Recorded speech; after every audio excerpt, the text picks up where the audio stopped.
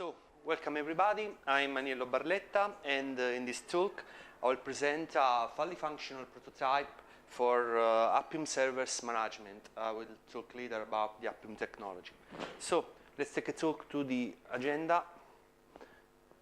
I will say some word about me, what my work. I will talk about what types of problem I met and I led to before develop CRAIS. I will talk about how in which mode we use this software in our quality assurance stuff, and some ideas about future plans and a real demo. I have finalized the demo about 3 hours ago, so and question and answer session. But first, before go ahead with the presentation, I want to remark the importance of the software testing and how the quality assurance processes are integrated in the software development life cycle phases. So, if you recognize yourself into Robin, I have two bad news for you, and I hope there is no PM and no PO here in this room, okay? The first one is that software testing notions comes from far, far away, about 1985, when into the C++ programming language book, you can read the program that has not been tested does not work, and this is true. This is true. The second news is about the process of bug defect during the software development life cycle process. As you can see, the cost increase during the phases from execution to maintenance. So, something about me. Who am I? I'm Aniello Barletta. I am a quality assurance automation engineer and technical lead in Buongiorno, which is part of the entity Docomo group. I worked as a software engineer, network engineer, and test engineer for several public and private companies. What I do? I've developed about 2 years ago the first quality assurance automation platform prototype, and now inside the quality assurance team we work on the new release, the update, the deploy processes, network analysis, debugging, and so on. My work is about new feature planning, design, and develop along with the QA manager and the stakeholders. Sometimes I wrote test suites and external libraries. On my GitHub profile you can find something about page comparison and so on. So, what is CRAIS? CRAIS is an Appium Broker. I don't know if who of you knows something about the Appium technology. Okay, great. So, I want to remark what is not Appium. Appium is not a framework, is not a Python module, is a middleware, is a simple server. The server only manages Appium instances over 2 mechanisms. The first on USB hot plug recognition through the ADB for Android devices and the LibI mobile device for the iOS ones. The recognition is really simple. The server is on, you take a USB cable, you attach the device to the server, CRAIS do the rest. An Appium instance is spawned and register the phone to a Selenium grid. I will show you the architecture during the demo. The second mechanism is using the remote method invocation. This one is used to respawn Appium instances. For example, you want to test native application for a specific device. So, using a call, you can say, okay, this instance of Appium must respond with this new configuration file. Or I want to spawn an emulator with this specific resolution with a specific SIM attached to an external adapter, and so on. The main features are on the automatic recognition. At now, Android is supported for web applications using the Chrome app desired capabilities. We are working right now on the iPhone part. The configuration is really simple. I've used config obj, which is a simple Python module for configuration file management. It's secure because all the transitions are managed using the ZODB, which is part of the ZOPI framework, the father of all Python web frameworks. And I've used the Serpent serialization for the RMI instead of Pickle. And it is really easy to bootstrap. You have to download the code to install and compile the missing Python parts using CPython, and you are done. How we use, Appium. What is Appium? Appium is an open source mobile automation tool for iOS and Android. Appium acts like a Selenium server. It's a server who can accept commands through the JSON wire protocol. The Appium, like Selenium, does not require any modification to the source code. Communicate through the JSON wire protocol directly with the device. And most important of all, Appium uses first-party automation frameworks for Apple and Google. So you can communicate with the Google device using the UI automation module. And for Apple, using the automation module. So test, replicate user behavior very, very accurately. You have a real replication of the user commands. So this was my face when I see Appium the first time running on our devices. This is how Appium works. You have your test or a WebDriver script or anything who communicate through the JSON wire protocol. So the automation commands are sent using the JSON via HTTP request. The Appium server recognizes the type and demultiplexes the call on Android or iPhone.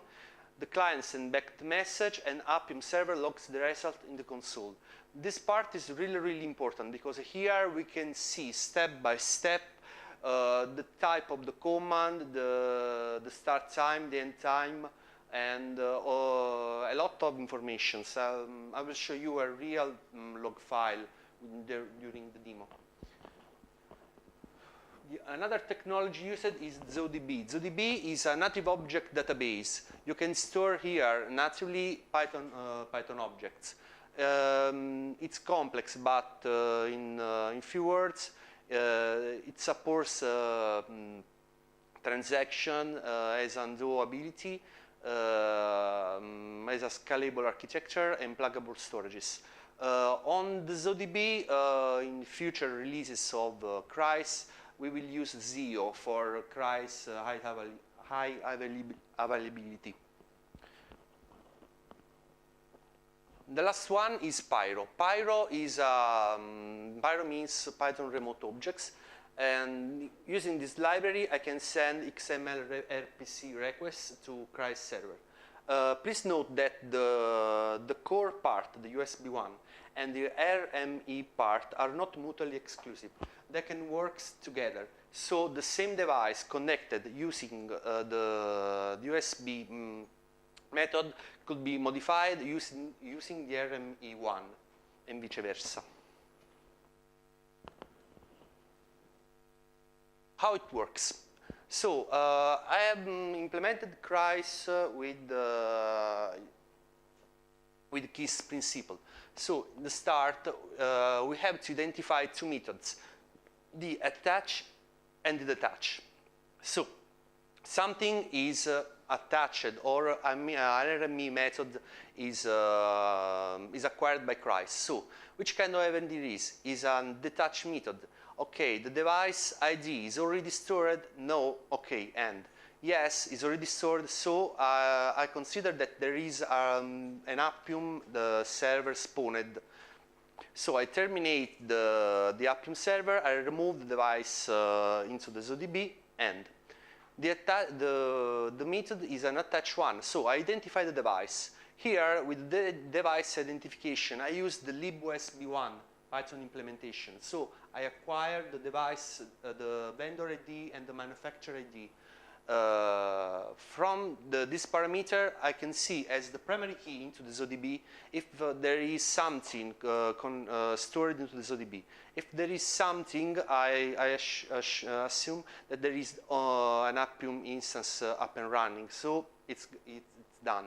But if there is nothing, I see if that device is supported by Appium.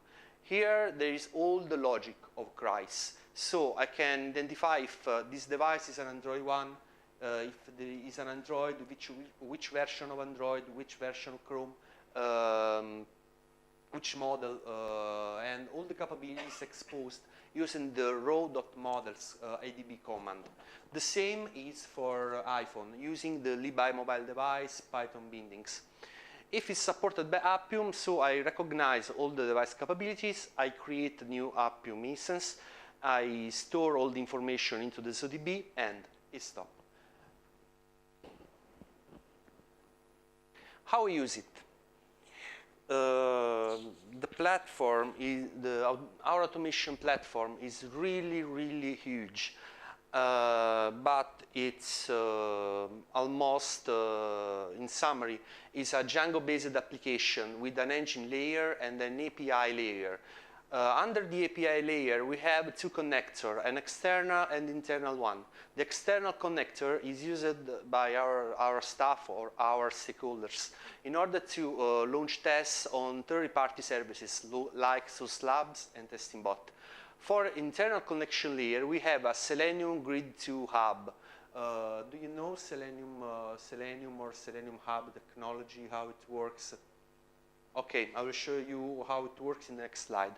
Anyway, we have two nodes in our cases, and from the application, for example, I can see, okay, I have this test. Launch this test on Linux OS with the Firefox 31 version. Okay, the message arrives to the hub, and the hub demultiplexes it to the specific node if it exists. For CRAIS, the situation is different because CRAIS acts as a middleware. Under CRAIS are phones, so I have to send the test to the specific phone from here. But unfortunately, Selenium can demultiplex only by browser version, browser name, and platform. So there is no way to use the device ID. For device ID, for the Android case, I'm talking about the secure Android ID. So we had to extend the Selenium hub in order to accept also external capabilities. How Selenium hub works? You have a test, you pass it to the Selenium hub, then you can choose which kind of node can manage your request. We have to extend Selenium because for any Android device, we have a specific ID. So we have to route the test to the specific ID. I know this is a Python conference, but I have another bad news for you. We have to use Java because the Selenium hub is written in Java, and in this piece of code, you can see that we can extend the base capability matcher into the Selenium hub passing the device ID. This device ID, it's a new member into this class. Then, if it exists, it doesn't contain key, use the default one. Else, use the new one.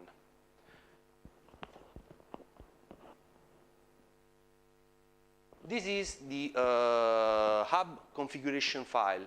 Into this hub configuration file, I use the new capability matcher, or CRAIS device manager, using the ID. Then, I launch the server, I launch CRAIS, I attach an Android device. What has happened? Ta-da! I have a new node element on my address. This is my local machine with browser name Chrome ID. This is the secure phone ID.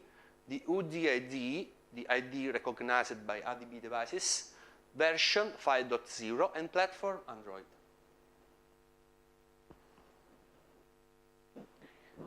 So, if you don't believe me, I will show you a real demo.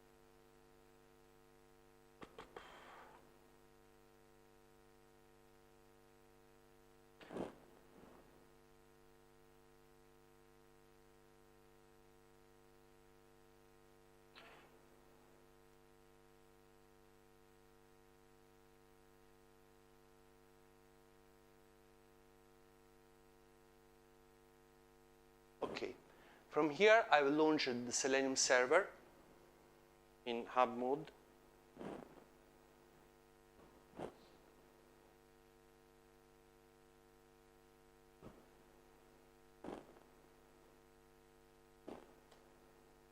Okay, there is nothing attached.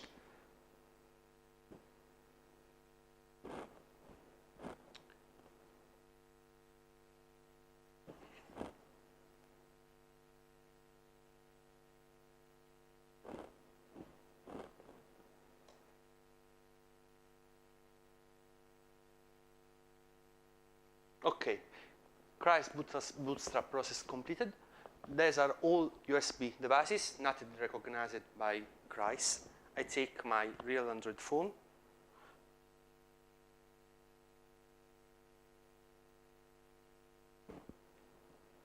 Acquired.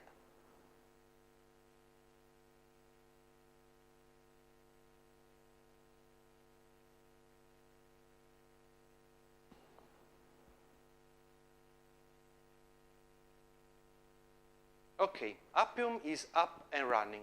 UDID recognized, a specific port, a specific bootstrap port, no colors for the log, and any other config parameter. Appium is up and running, and from the other side, here, we have a new node. It's not finished.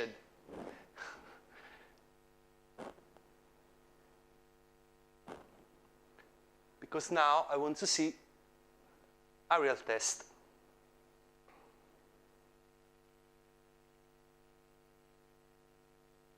From here, I have a simple test. I define the device name, platform name, and the ID acquired querying the hub. So I connect to codepad.org. I make some simple commands. Let's run this test.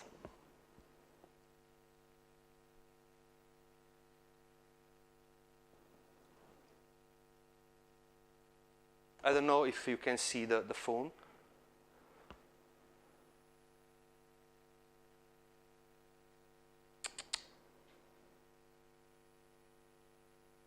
No. Now it's white. It's connecting to CodePad. Yeah. Send command hello world. And now this is this test is not the fake one. This is a real one. And in this test we can see a real error. An element is not clickable. So we have a WebDriver exception. And a no server-side error occurred. So we can see the Appium log from here.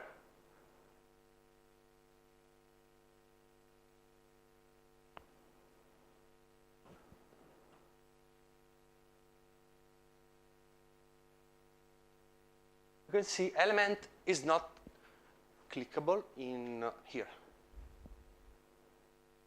And no error, element is clickable. So we can use this log to debug the test.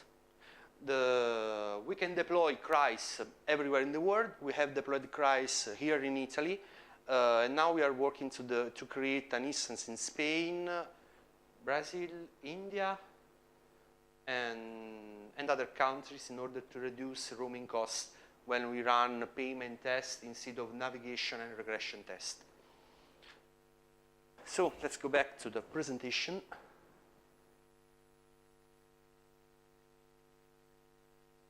Evolution and future plans.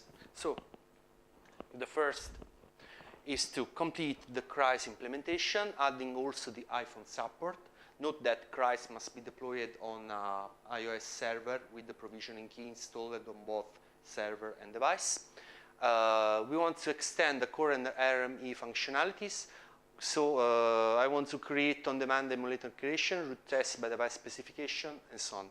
And create a cluster using the ZIO, the ZOP Enterprise Object Framework. So if a CRAIS instance goes down, for example, we can route the test using a reverse SSH tunnel to the ADB server on other machine. I'm done.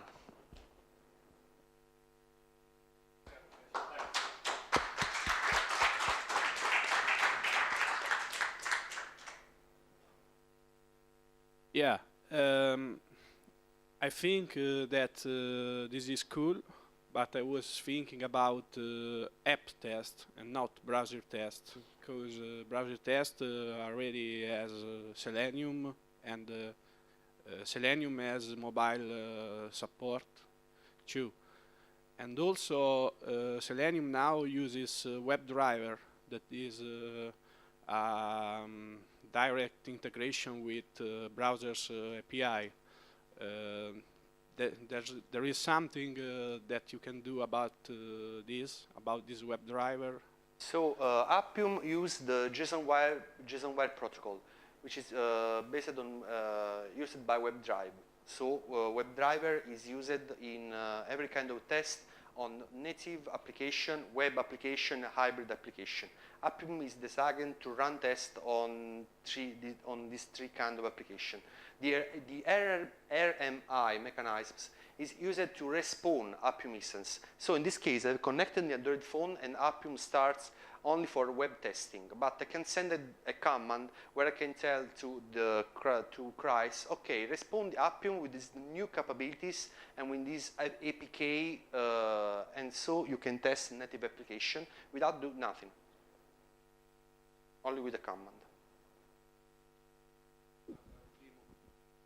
You got a demo to show us this future? We are working on. Ah, I will push the code on GitHub. Oh, nice, nice. Thank you. Other questions?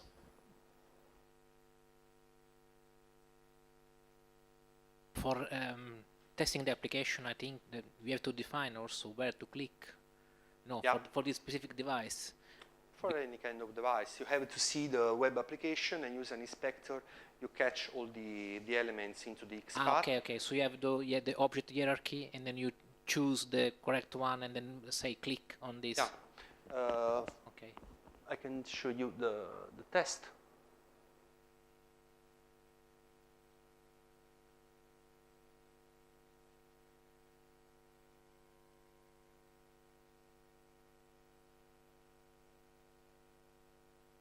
I open Compact and I find the element by XPath with this.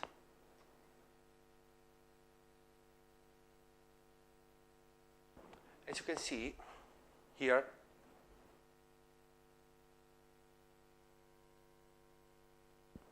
I used WebDriver. And also Appium has a native implementation of WebDriver where I can simulate swipe, I can simulate pitch, double touch, the keyboard flow, and so on. And another question. Have you tried also with the emulator, which Android SDK provides? Not now, but at now we don't use it. But it's a work in progress. We will work on it for sure. Thanks. Other questions?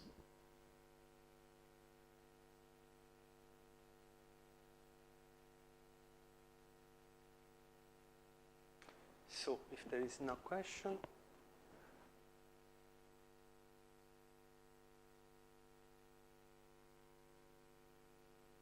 Thank you. This is the GitHub repository where you can find a really alpha version of CRAIS, outdated, but I will push the updated code, my Twitter, and my LinkedIn account.